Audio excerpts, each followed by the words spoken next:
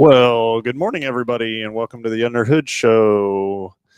My name's Josh Profit. I'm the service director here at Mel Hambelton Ford, and alongside me today is Scotty Gurman. Good morning, Scotty. Good morning. How's it going? Man, going great. Got everything up and rolling this morning, and we're moving down the quick lane already, and the main store as well. So, this is a call-in show. 316-462-3673. Call in. We'll take any questions. It's your show, so whatever you want to talk about, give us a call, and let's talk about anything automotive related. You want to talk about vehicle maintenance, cars acting weird or goofy, and want to know maybe what's going on with it, give us a call and let's see how we can help you out from that. Want to talk about new vehicle products, MH Ford Racing, from that side of things, give us a call, 316-462-3673.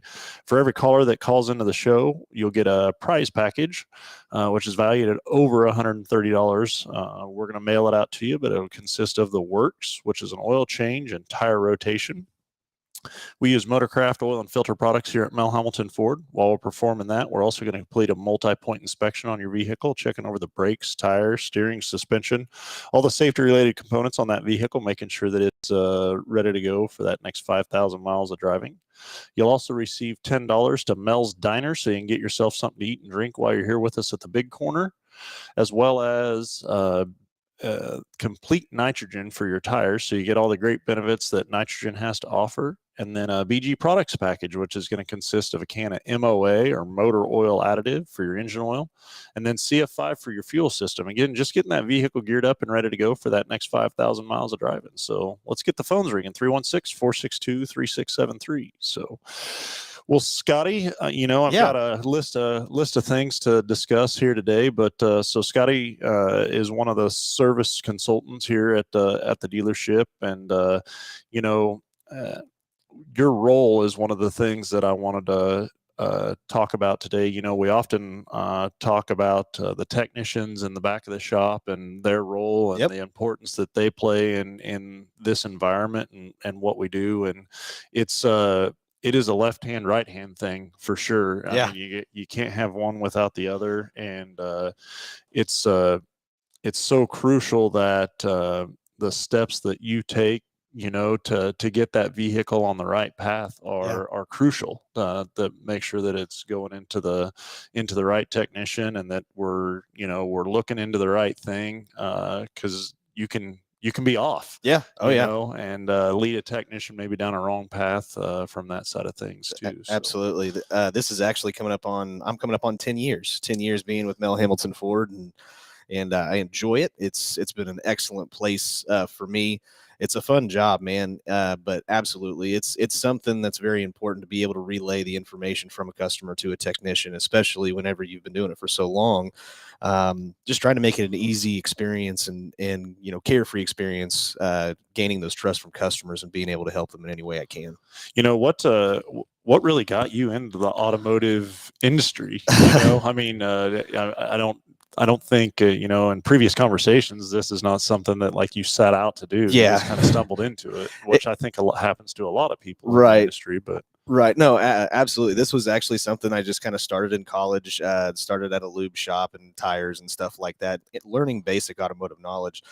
And then it just kind of went from there. I wanted to get into more advanced automotive knowledge, and being able to use that experience to my advantage, and kind of just work my way to Mel Hambelton Ford. Came in to pick up a part one time and ended up having a meeting with the manager and walked out with the job. So, and it's been one of the best decisions ever since. So 10 years, it's just kind of crazy, man. Yeah. So, for those of you that are listening, as far as the service consulting side of things, it's really the liaison between the technician and the customer from that side. And so it's really taking what a customer is saying and what they're experiencing, and being able to transfer that in technical terms to a technician from that side of it. But there's so many different things or situations that I can think of that we get involved with on the customer side of things, especially with these vehicles, and how they're always evolving and changing, and new products, and how something works. And I mean, it may be as simple as just not understanding operation. at times, and for a customer to have to check a vehicle in thinking that there's something wrong with it when it's merely just an operational side of things, and being able to discern that to the customer is so important. Absolutely. You know? And the technology for diagnosis has gotten exponentially better.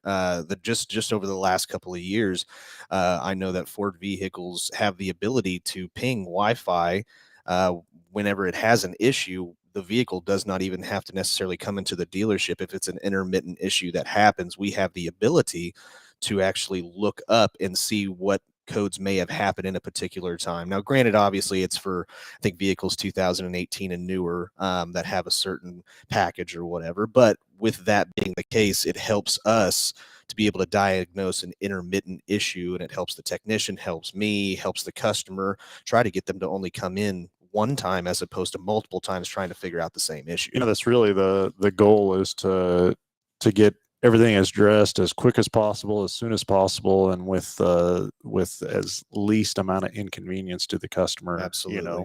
From that side, for sure. And with the technology, it's great. Yeah. But it can also be, the other side of it is that it becomes more complex to work on. And right. That's one of the things that in this industry over the years that I've seen, is the guy that is at home working, in the driveway with a set of basic hand tools and doing certain things to his vehicle is really kind of become a thing of the past. Right. And I encourage everybody to know how to do that, and know how to change a tire, know how to change your oil and stuff like that. But I happened to walk in with you and a conversation that you were having the other day with an individual in regards to something as simple as an oil change. And the statement was, why would you do that? Why would you change your own oil? And kind of, I'll let you go from there as to why you were asking that, which is, you were making a great point with them, from that side of it. But the other thing was that it was an actual employee as well. So he was, why would you change your own oil whenever you wouldn't have a certified Ford mechanic be able to do it for practically the same price, or even less than what you could buy the oil, filter, disposal fee, and everything that comes with it to allow us to do it. And you have somebody who's inspecting the vehicle, the value of having us do it compared to you just going home and doing it yourself. First of all, you're getting under a vehicle, you're on the ground. It's not like it's a I don't know, a beautiful process of any kind. You know what I mean? You're getting dirty. And it's just, it's a 2-hour long process for you. It's just the pros outweigh the cons for allowing a certified shop like Mel Hambelton Ford to be able to do it at the quick lane. And then you get an inspection that comes along with it to let you know anything that you don't even know about. That's another big thing. And there's so many different things that I think of that we do. Initially, starting up with just the write-up process. Just in that process alone, we're running the vehicle and checking for recalls. If there's anything outstanding from the manufacturer, whether that vehicle's 6 months old or 6 years old or 12 years. You know what I'm saying? That part of the process is the same, and recalls pop up all the time on vehicles. And when a recall is put out to a vehicle, it's so specific as far as that they're looking at a specific set of VIN numbers that those applies to. And so that's just the start of that process. What are some of the other things that we do along that process of check-in that, if you got a guy in a garage, doing something at home that he's not getting? You're not getting your alignment checked as you drive into the there it is, so right there. Greg Murray did that alignment check. Yeah, as you drive onto our service drive, either the quick lane facility or the main dealership for major diagnosis, you are getting your alignment checked immediately after you drive into the door. Which you're not going to get at home in your garage. You're going to get your fluids checked. You're going to get your battery checked. You're going to get a lot of things just with the equipment that we have at our disposal, free of charge to the customer. of all kinds of things that we're going to check. And it's just going to be an automatic process for us that's going to benefit our customers. And that's one of the things that we meet relatively often on the on the service side of things with advisors, technicians, pretty much every department. We get together pretty often, and just with the change in technology, change in vehicles, process changes, as many people as there are employed at Mel Hambelton Ford, it's a necessary thing to do. But in that, we discuss a lot of times in those meetings that when you get to doing something day to day, day in and day out, you just become numb to it, or I guess calloused about it. And I try to remind everybody, and sometimes need reminded of it myself, is that, hey, a customer that is coming into our environment or situation, abbreviations, they don't know what a TPMS sensor is, or a TP sensor, or PCM, anything. And so it's very easy for us in the industry to be around it day in and day out and become familiar with these terms and use them frequently. The other side of it is when you have certain processes that you do or steps that you do, it just becomes second nature to do them and not talk about them. Right. And so a consumer coming in may not even understand what all's going on, just because for us, we just do it. We just go. And especially at the rate sometimes in which we're rolling around here, is that you gotta, okay, hold on, time out. Let's explain what we're doing, why we're doing it. So the customer really understands what's going on here. And just those couple of processes that we've already talked about is perfect examples of that. Absolutely. I mean, and there's tons of other things that I missed. I know, like, just measuring the tread depths of your tires is one of the things. We do a 360 view around the vehicle of taking pictures, and we do that for multiple reasons, but there's a lot of people that don't even see the passenger side of their car. That's one thing that is just a part of the service of driving in for a basic oil change or anything for that matter. And it's a benefit to every single customer that drives through that door. Sure.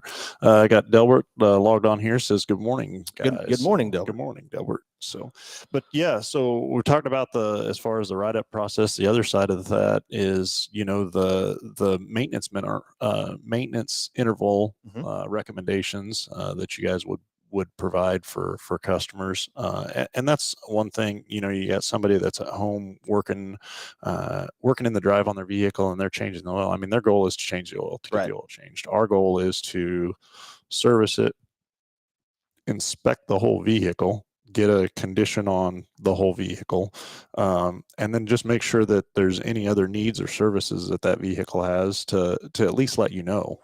As a consumer, if you want them, great. If you don't want them, it's your vehicle, from that side of things.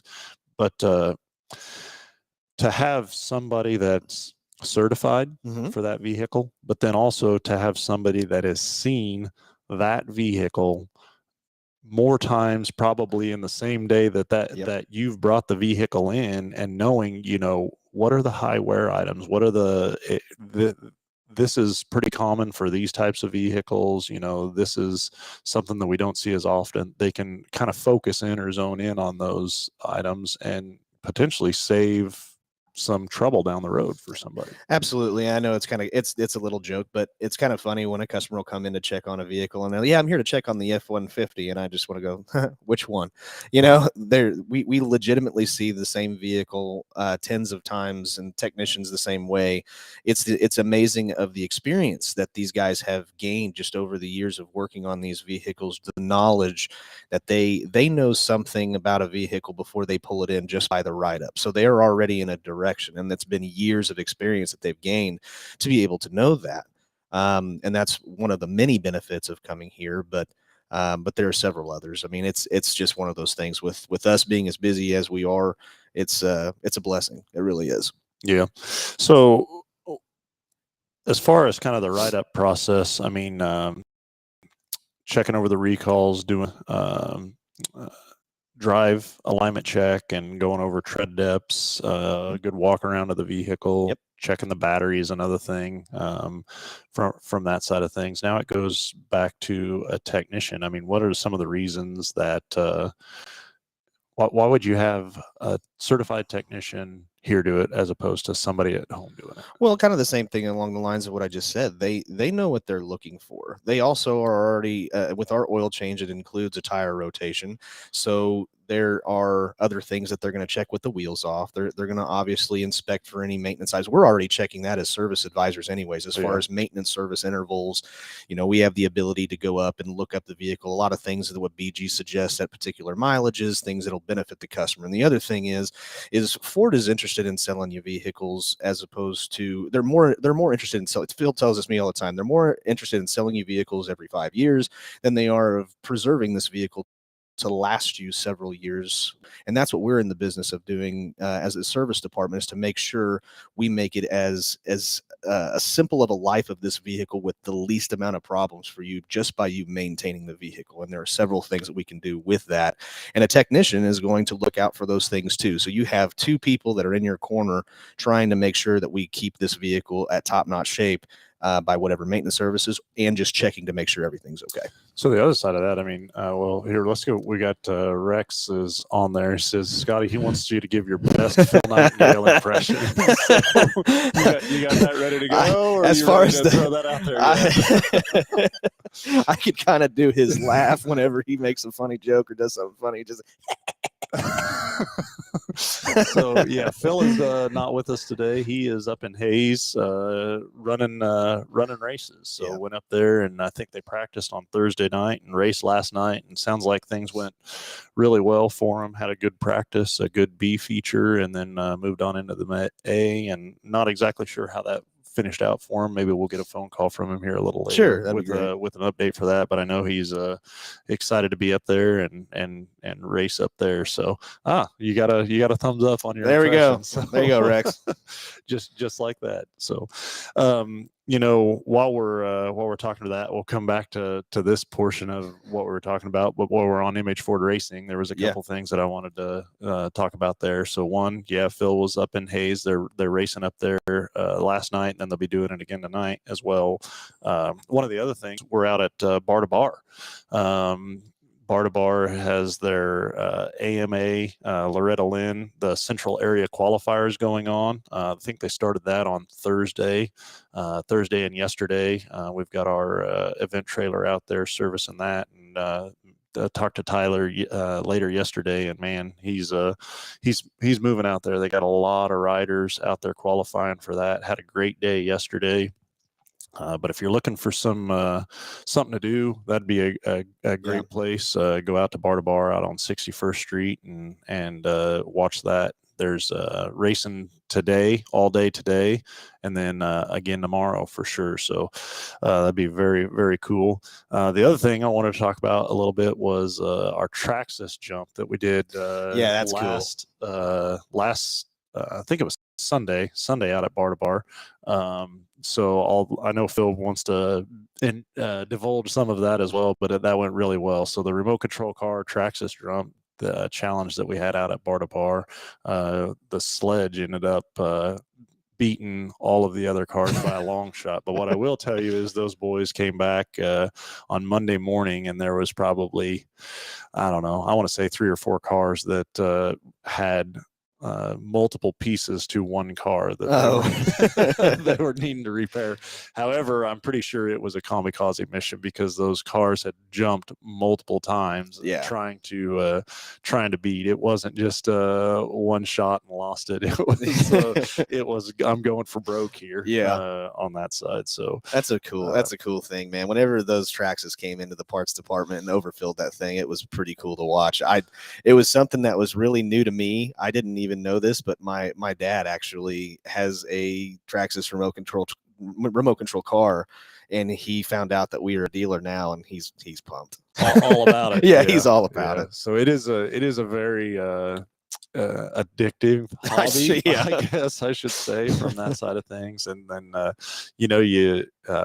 don't know, you get one and then you get another one, and you got to race them naturally, and then try and run them into each other and jump them and everything else, and then you got to go faster and quicker and bigger, and so it's definitely an addictive hobby. But they've got going on over there as well. So, but yeah, if you're looking for something to do today out at Bar to Bar is the place to be for sure for all the motocross action. So, let's see. Delbert says, "Yeah, wake up, Phil. Call him."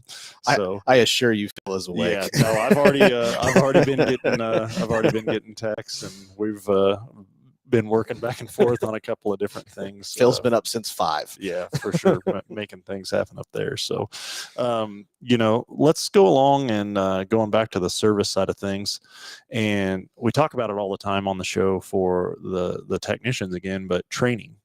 Something that these guys focus on and what they do, they're always training, from that side. But what does it mean for you in your role on training and what's out there for you and things like that? I mean, it makes sense, but training for both of us. The thing is when new vehicles are coming out, there are new technologies, and most of those technologies can be safety related. A lot of them just has to deal with functionality with vehicles, new things that are coming out with these vehicles that we've never seen before.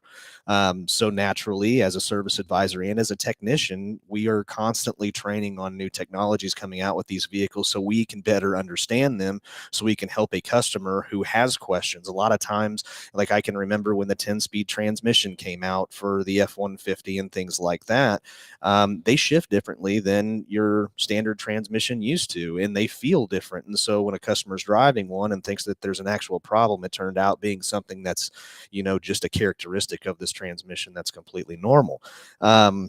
But even just things as easy as like when the Mach-E comes out and all of a sudden there's all these electronic things of, how it's charging and how to set it up to help with the most, efficient way of driving these electric vehicles. All kinds of things come into play. So there's tons of things like that. Phil, how's it going? Hey, good buddy. How are you? Doing great here. So can you give us an update of what's happening out there? Well, it's pretty damn cold. You want to know the truth? Yeah, I got that text last night. I was wondering how that car was performing in that cooler weather, but it looked like you were doing pretty good there for a while. Yeah, it's the old cold weather does affect these cars who run on alcohol instead of gas, and it takes a little bit to get them warmed up and everything else too. But they had a hard time getting the track under control with this cold weather, and I feel for them. I understand it's kind of hard to get that done, but we had a rough track, but it's hard to do that in this cold weather and try to figure out how much water to put on and everything else. And so it's a hard battle, but we everybody races the same tracks. You got to go for it, everything else. But we started 6th in our heat, finished 4th, so that qualified us to start the B, and we got 2nd in the B. That started us 15th in the A, and that's kind of where we hung out back there. Got involved in a couple crashes, so today we've got some. Got a little bit of body work to go take care of. We can race this evening. So we'll getting up here in a little bit and head back to the track. But it's 32 degrees here today, gentlemen. Wow. Yeah. Put on a coat. Yeah, at least More coat. at least maybe 2. Well, how about the car count? They got a good car count up there? Yeah, it was a good car count. This is the first race of the season for Hayes, so everybody's excited to get out and race and everything else like that. But yeah, a lot great car count. Car count was good. A lot of good competition and stuff out there too. Of course, our teammate Tanner Mullins jumped in an IMCA car last night. He kind of smoked everybody up last night. So, we'll kind of see whatever happens tonight again. We'll go back through and do another complete show and see what happens. So, well, that's very exciting. I know it's been a long off season, I guess, and then with the slow start to last year, it's everybody's anxious and ready to go. I'm sure to get out and get to burning up some tires, so to speak, from that side of it. So that's very exciting. Well, we're doing that. We're burning up some tires. I'm sure you are. So what's the schedule like for tonight? Same kind of schedule. It looks like hot laps at 5, racing at 6, and it's another complete show just like last night. So I don't know if it pays more tonight or not. I didn't look at that part of the situation, but what was it to win last night? 2,500 to win last night. Yeah, very cool. And track size, what is that up there? It's a big 3/8, but the corners are very wide and sweeping and stuff too. But it'll be interesting tonight to see if they can get that track to be a little wider than it was last night and get some more racing routes going there and stuff too. But I'm telling you, I feel for those guys trying to put that track together because it was hard with that cold weather, the wind, and then because you don't want to put too much water on because then you can't get it worked in with this cold weather and stuff too. So wind just comes along and dries it right out, though. Yeah. Yeah. So we'll see how they get done tonight. And that is one thing, I guess the track always makes I guess a difference, or I don't know is that you could ever make a perfect track from that side of things. There's always going to be somebody that's probably unhappy with it. Probably. The other side of that is everybody's racing on the same one, That's right. Somebody's always unhappy about the track. I feel for the track guy. For sure. I tell you, you're not going to hear me complain about the track. I couldn't do it, and any better than anybody else could do it from that part. So like you said, everybody races the same track. You got to figure out how to drive the car and get after it, set the car up for that track, and go. Well, very good. Well, we're making things happen back here for sure, and talking about on the service advisor side of things, the importance of that role, and just also kind of the explanation of that role and what it takes. It's definitely a vital role in the organization to make things smooth for the customer and make the service experience a positive experience for the customer for sure. So.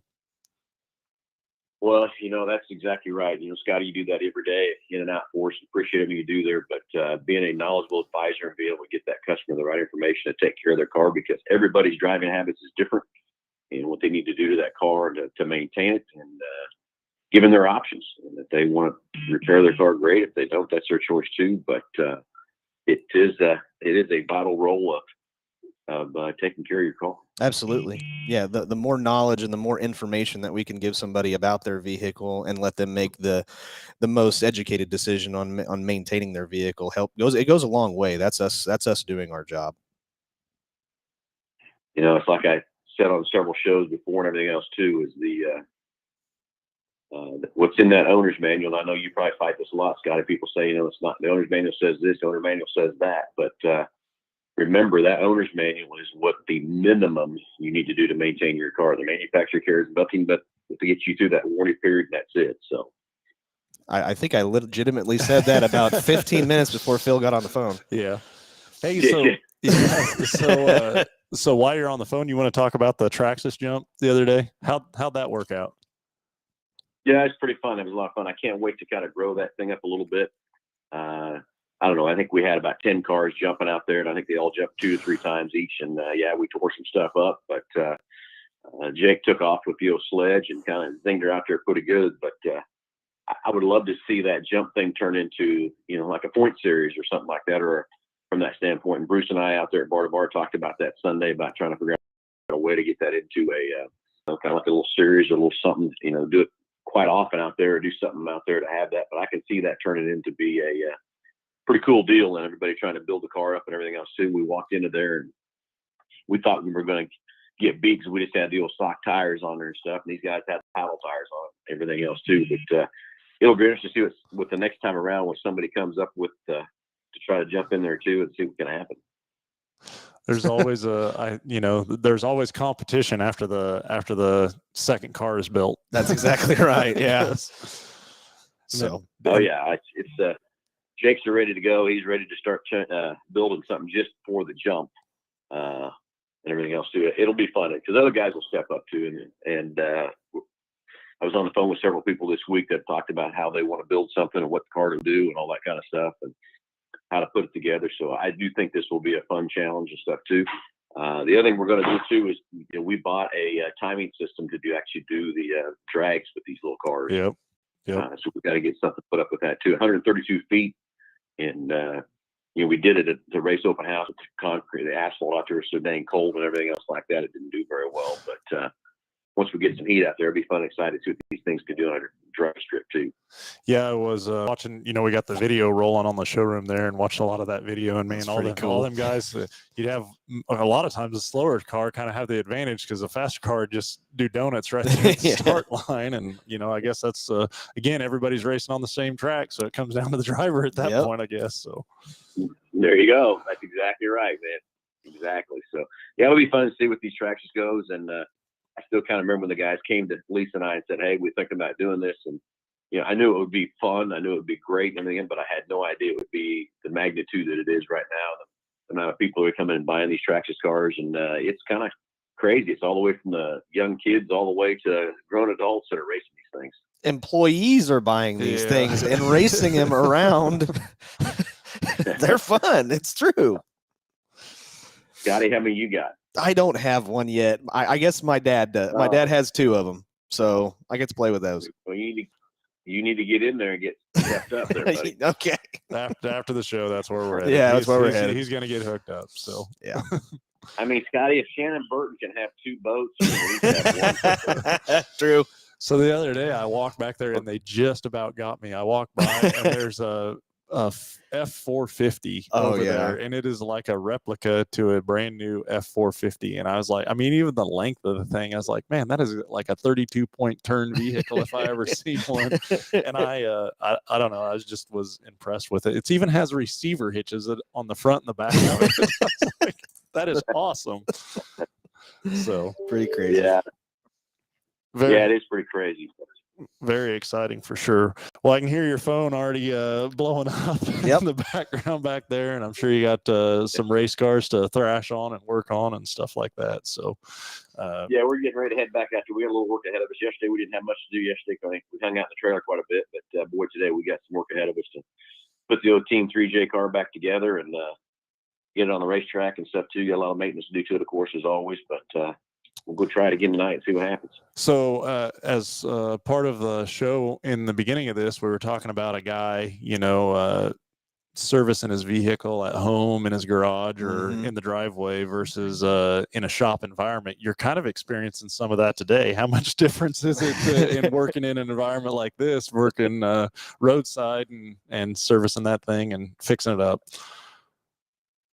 Well, let me tell you, I would 10 times rather be sitting in Wichita, Kansas, at the big corner, in that stall, servicing this thing up, than rather I'm going to be out here in the cold on a dirt floor and everything, dirt out there, and trying to pan out these body panels and put a bumper on it and get it all serviced up. I'd 10 times rather be sitting in there in the dealership helping, doing it there than out here. That's for sure. Well, and just, I mean, how much of a, maybe not so much a better job, but quicker and, just handier and stuff like that for sure. Having the right tools and equipment it just makes the world a difference. Oh, tons. That's a ton difference. And, just having the lift, be able to get underneath it and everything else too. Yeah. It's, having the right tools, having the right equipment is definitely a home run for sure. Yeah, understand that. Well, good luck to you guys tonight, and make it happen out there. Yep, go get them. Well, it's not going to be from lack of effort. We're going to go do it. Promise you that. So, yeah. Anyway, gentlemen, thanks for taking care of the show while I'm gone, and we'll see you guys Monday morning. All right, buddy. Have a good one. See you, man. Bye. Rex says Scotty does a better Phil than Phil. I think you might have a fan there. I don't know. Well, after 10 years, you pick up some stuff, and it just kind of happens. Yeah, there you go. Well, good deal. So, we were talking about the importance of training and how you train, or what information is provided to you to be able to do that, through Ford. And I would say probably the number one thing is just new products. Yeah. Because this industry is always changing. Absolutely. And Ford sends us information that we are tested on, I want to say monthly. I mean, it just kind of depends on everything that comes out, but we're kind of the front line for you. I mean, we want to be able to get a phone call about a simple issue and either be able to talk it through over the phone sometimes if we can, to eliminate a visit if we can, things like that. But these training things they're so important for not just myself, obviously technicians, but to be able to help you with any kind of questions that you guys have. And that's what makes us certified advisors and certified technicians, is the more that we know, it's not going to be the first time messing with this particular issue when a vehicle comes in. We're obviously well prepared, we're well equipped, and that's why we're the best. Yeah, for sure. So what are some of the things that you see on a day-to-day basis that customers are just really unaware of, when it comes to maintenance, or what, pretty much everybody knows they need an oil change. Yeah. Outside of that, what are some of the things that you see as far as like wear and tear on a vehicle that are good preventative measures that customers just really don't understand? There are tons and tons and tons of things. You're exactly right, though. People know just from over time, everything's always been the same. You change your oil. You change your oil and everything will be okay. Anymore, the design of these engines, the combustion, the way these engines work, have changed over the years. We've talked, I'm sure, on this show about fuel injection services and things like that. You now have injectors inside the combustion chamber as opposed to being outside. That is going to cause some side effects. While they're more efficient in certain regards, it also makes them easily gummed up and things like that. So there are services to maintain your vehicle, just like an oil change, that has a certain suggested mileage that you want to do to be able to make them efficient. We actually talked about this last night with our quick lane manager, Kelly Hambelton. Just sitting around talking about the EPR service that we do. We had a Ford Fusion. I think it was like right around, I don't want to say it was like 75,000 miles. And we checked compression as a 4-cylinder and checked compression, and it was all over the place. It was anywhere from like 136, 132, 134, right around in there.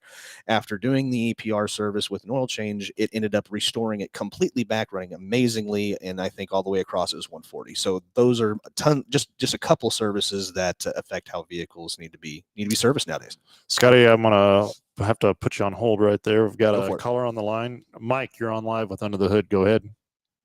How are you guys doing today? Thanks for taking my call. Absolutely, doing great. I just had a quick question. Mm-hmm. I've got a 2003 Chevy Silverado, and my dad changed the oil. It was my grandfather's truck. He passed away, and my dad changed the oil in it, and he put mobile oil in, synthetic oil, just mobile synthetic oil. Well, I've been using the truck, and I changed the oil, and I put Pennzoil synthetic oil in. And my dad came all unhinged on us to put the wrong kind of oil in it. Is it going to matter if you put mobile oil in or synthetic, or the synthetic Pennzoil? Is that going to hurt it changing brands? Yeah, so there's a couple of different things that I would say there. About roughly how many miles are on this thing? Like 108,000. 108,000. Yeah, and is it? Do you know? Is it burning oil or consuming any No, oil in between oil changes? I was just changing the oil every 3,000 miles. Yeah. We always just change it every 30. So on the brand side of things, to go from one oil to another oil, it's really just a matter of user preference from that side of things. As long as you're using a good quality oil, which both of those individuals make, a good quality oil. Now, to move from conventional oil or to a semi-synthetic or even a full synthetic, which it sounds like you've done in this vehicle, again, that's I would personally, if the vehicle has 100,000 miles on it and it's always been changed with a semi-synthetic oil or conventional oil, I would stick with that. To switch at 100,000 miles, probably not going to. It's always been synthetic oil. Has it? Okay. Yeah. Yeah. So you just went from one brand of synthetic to another brand of synthetic. That's all I did.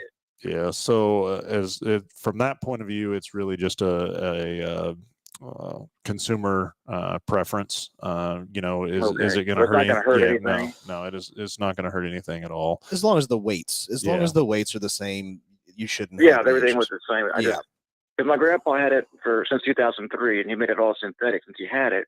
But when he passed away, Dad put the same kind of oil Grandpa put in it. Yeah. Mm-hmm. Well, I didn't know what they put in, so I knew it was synthetic, but I didn't know what they used. Well, I used Pennzoil, so that's what I used. And Dad got all upset that I put the wrong kind of oil in. I'm going to tear the engine up. Yeah. And I didn't think that was really what was going to happen. I thought as long as it's the same brand or the same weight, you'd be okay. And it's all synthetic. So that's kind of what I was asking. It's not going to hurt anything. So I can tell my dad, it's not going to screw up the engine. It's okay. Yeah. Really the most important thing from that side of things is not switching weights, staying with whether it was conventional, going back with conventional, whether it was semi-synthetic, going back with semi-synthetic, or whether it was synthetic, staying with synthetic from that side. And then honestly, the most important thing all around is just good intervals. Don't extend intervals because it has synthetic in it, or just be on a consistent basis and keep those intervals the same from that side. So no, that's a great question, and hope we answered it for you. Oh yeah, because it's got one of those meters on that tells you the percentage of oil life. And once it goes down to zero, we always change the oil. And like I said, I was been borrowing the truck since my car's messed up. So I've been using my grandpa's truck. Yeah. So I used it for 3,000 miles. So I was like, I better change the oil. So I changed it, and he got mad I didn't use Mobil. He thought it Mobil was better than Pennzoil. So I wasn't sure. talking in regards to those oil change intervals, is I am a big advocate for going off of time and mileage and not the oil change interval. And Yes. and here's the reason why, is because some of those are strictly just a mileage trip or a trip basically, but a lot of the newer vehicles, it's an algorithm, and so it goes off of several components. It goes off of Engine hours, it goes off of time, mileage, things like that. But what it does not take into consideration is weather conditions, driving, whether you're taking short trips, long trips. It's strictly just a computerized algorithm based upon certain characteristics. And so someone that gets up in the morning and starts their vehicle and drives 2 blocks to work or 3 blocks to work and shuts their vehicle off, they're going to need to change their oil sooner than somebody that starts their vehicle, runs it for 5 hours, down the highway, and shuts it off, and is able to bake all of that condensation or moisture out of the engine. That's what produces sludge and goes down there. So I'm definitely a huge advocate for a time and mileage interval, and not the oil change maintenance minders on these vehicles for sure. There was it was a couple years ago, one of the manufacturers actually came out with a service bulletin because they were not changing it often enough, and it was sludging up engines at 30, 40, 50, 60,000 miles. They were getting too much sludge buildup in it, and so they kind of had to back off what they were how their maintenance minders were coming on. So you definitely time and mileage, and the best thing you can do for that vehicle is just continue on good routine maintenance or service intervals for sure. And not to mention, especially in the state of Kansas, when you have the extreme weathers of stuff they don't talk about in the Bible, when you've got snow blizzards and thunder behind it, and then going to 70 degrees the next morning. It's what Josh is saying is exactly right. Time mileage is probably the thing to go off of, instead of those percentages that shows what your percentage is on the oil life. I got another quick question for you. Okay, go for it. When I changed the oil, I forgot to put the oil cap back on. Mm-hmm.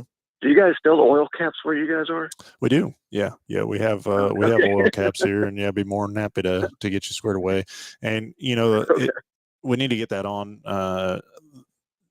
Not necessarily to keep stuff from getting out, but from debris and getting in from that side of things. So, but we have oil caps down here. So, all right. Okay, great.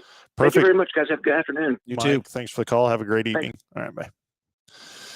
Again, call-in show 316-462-3673. That's the number to jump on the air here. If you got any automotive questions, we can help you out with them. I got a couple of comments here. Got good morning, Goose. Yeah, he's up with us as well. So they had the opener out at the KID last week, and that went last weekend, and that went real well as well, or real good as well. So got a lot of great things kicking off the racing season, and that's one of the things. Definitely very excited to see where that goes out there for sure. So in full effect. It was a little rough one last year. It was a lot of curiosity of whether or not they were going to have that big of a season because of everything that was going on. So it sounds like this one's in full swing. Yeah. Very, very exciting. So, but, before we were taking that call, we were talking about, things that you've seen that would help customers prolong their vehicle life that really they don't know other than just an oil change. And I don't know, before the show, we kind of talked about a couple of different scenarios that actually happened to you this week. Yeah.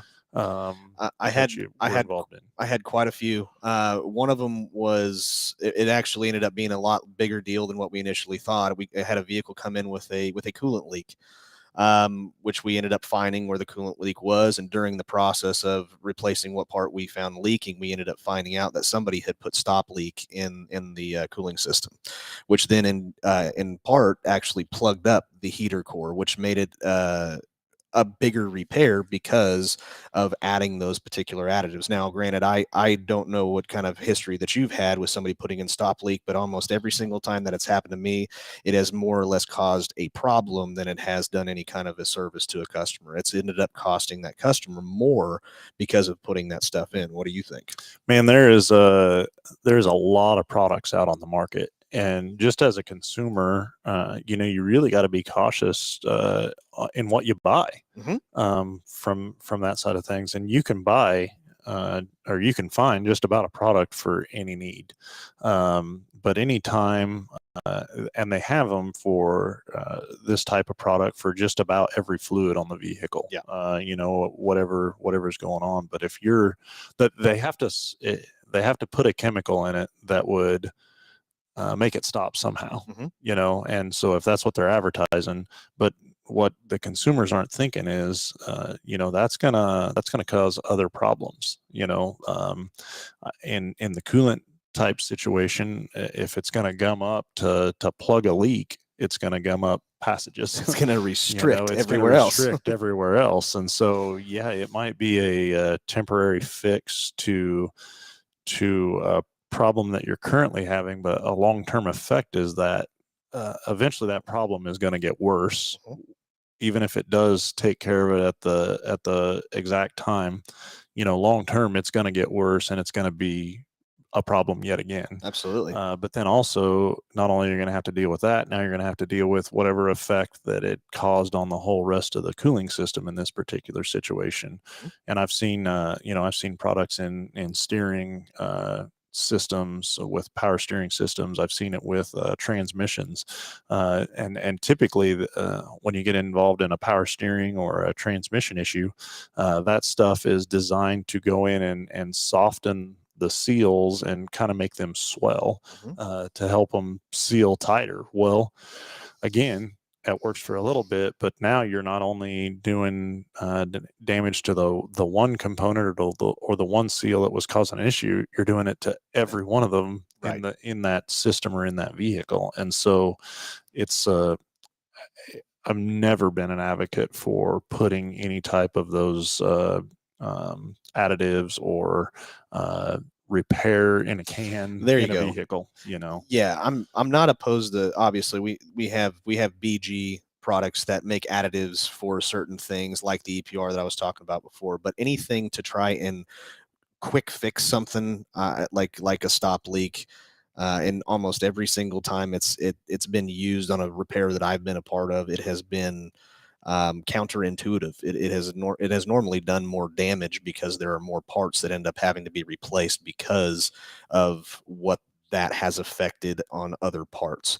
So we had one this week. Now, granted, the vehicle's fixed and running the way that it's supposed to be, but it could have easily been less expensive for the customer if that was not put in.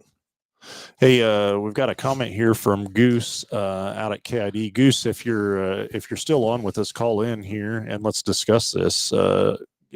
Give us a call here, Goose, 316-462-3673. If I don't hear from you a little bit, then I'll read this deal here. But yeah, let's call in and let's talk about what's going on out at KID here coming up. So yeah, that's some very exciting news. So we'll get him patched through and get that out there to everybody as well. But if not, I'll read it off there. But sure, that's very exciting. So, and then going from there, what else have you seen this week? Another one, and I've talked about it on the show before, but a lot of times we get customers that come in with all-wheel drive vehicles that ended up needing tires. And whenever you have a vehicle that ends up needing tires with an all-wheel drive vehicle, there is a reason why we suggest to replace all four of them at the same time and not two at a time. We had a customer that came in that normally did not do service with us and came in on an all-wheel drive vehicle. Front tires were brand new, 10-30 seconds, and the back tires were at 4-30 seconds, which during the inspection, we found the power transfer unit leaking because it's basically overheating. So that is a very simple thing that you can avoid, which now that PTU has to be replaced because the damage has already been done because of the difference in circumference of the front tires compared to the back tires on an all-wheel drive vehicle. It can seriously damage parts on the vehicle, and it's not a ploy. It's not anything we're trying to take advantage. We're trying to basically eliminate the possibility of you causing more damage to the vehicle with an all-wheel drive vehicle. And I got several problems in that particular situation or scenario or instance. Is that going back to what we talked about and training that we do and to avoid steps like that, or a customer receiving that experience, is that customer went somewhere. Yeah. They had those tires put on somewhere. Right. And somebody didn't advise them, didn't catch it, and that's horrible. So yeah, that's exactly right. The fact that knowing, I'm assuming that those technicians knew the danger of doing that, and so that's unfortunate. But the thing with us is, I'm glad we caught it and we're able to educate the customer. Yeah, in that particular situation, sure. So we've got a caller on the line here. We're getting Goose patched through. He's got an event going on out at KID we're going to talk about. So Goose, you're on live with Under the Hood. How's things going? Good. Morning, guys. Morning. Good morning. So you got a big deal going on out there, huh? Yeah, it's crazy. We started off with just putting the schedule together, picking up where things had started. And there's actually a bracket racing program that started up called Boss Babes. And after we looked into it a little further, we found that we wanted to draw some attention and direction to it, just for the simple fact that it's bringing on new racers, and they don't have to have a race car to do it. And so long story short, we reached out to some of our sponsors: AutoSmart, Smart Choice Powertrain, A&S Metal Recycling, Team Mohawk Racing out of Oklahoma, Mel Hambelton Racing joined in, Rudd Racing Engines, Devil's Blue, and BCC. And we have built this pot up to a little over 4,000. Our goal is to get $5,000 out for these girls. And it'll be Saturday, 4:23 in the evening, starting up approximately 7 o'clock that Saturday, right after the NHRA bracket racing with all the guys starting off in the morning. But we're going to focus on this and see if we can't build up the Boss Babes and make something cool out of it. And so we wanted to first and foremost thank all the sponsors for just jumping right in. I talked to Phil, and Phil didn't bat an eye. He said, you guys were in, and next thing we know, we've got over $4,000 in there. That's very cool. That's awesome. Very cool to start that out. So as far as a classic car, what do you got? What do you got to have to be in this deal? Got it, Josh. I'm anticipating a Voyager van winning this. Yeah, that is awesome. Yeah. So that's it come right down to what mom brings in, or whoever, as long as it's a female. We're gonna shoot them down to where they can get a time on their car. They're gonna dial in, and rumor has it one of these Plymouth Voyager vans are gonna beat Fred Kaufman. That is awesome. That's legit. Yeah, that is awesome. So that is that'll be a very exciting to see. But then not only that, it's a great opportunity for somebody that otherwise wouldn't be out there. A great opportunity for them to be able to do that. So that is very cool. That's right. And our big challenge is to all you guys that are out there racing to get your wives out there. It's got to be a street legal car, daily driver. Regardless of what you guys are running, these guys want an even power train to be focused on, and so they don't have to go build race cars, and they can just go out and enjoy the evening and leave the laundry to the guys. Nice. Nice. Get to clean up afterwards, right? Yeah, no kidding. I don't know how productive I'm going to be if I'm doing laundry. So Well, that is that's very. If you're not doing laundry, you better be lining her up. Yep, that's right. Well, very cool. That's a impressive pot for sure. I think this is something that'll definitely grow wings and take off. So next weekend, Saturday, and that it starts at what time? The Boss Babes are going to start approximately 7:00 p.m. But keep in mind, we'll be there all day due to the bracket racing going on. The gates will open at 8 in the morning. The concessions, the girls did a wonderful job out there. We couldn't have asked for a better day. We did have a couple of oil downs, but I think that's just part of the course. But we're looking forward to this. And I would say too that the length of time, that those took to clean up, you guys were on it for sure from that side of things. And I happened to have the opportunity to get some biscuits and gravy out there. That was phenomenal as well. So very excited to. Yeah. So very, very excited for you guys. And, this is going to be another exciting event out there. I think everything went real well this last weekend as well. So I see nothing but positive things happening. Nothing but positive. Blue skies, right? Yeah, buddy. Yeah. Well, yeah, but don't start thinking.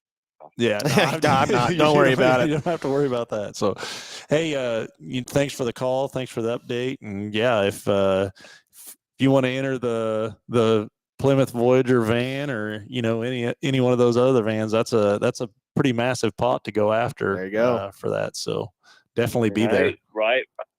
And I welcome any of you business owners that are out there to give us a call and throw your name in the hat. We've got a lot of sponsorships available. We're not asking for the track. We're asking for the Boss Babes. We want to make this a huge payout, not just for one, but maybe for 4. Very cool. Very good. Very good.